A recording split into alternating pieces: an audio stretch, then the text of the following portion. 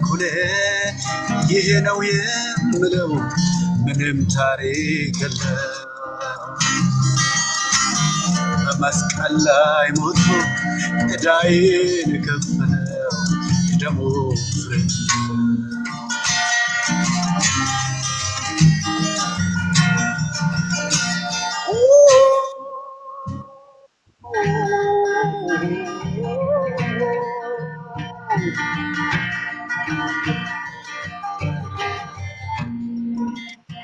ኢየሱስ ኢየሱስ ኢየሱስ ኢየሱስ ኢየሱስ ኢየሱስ ይገርማል ኢየሱስ ኢየሱስ ይደምቃል ኢየሱስ ኢየሱስ ይገርማል ኢየሱስ ኢየሱስ ይገርማል ኢየሱስ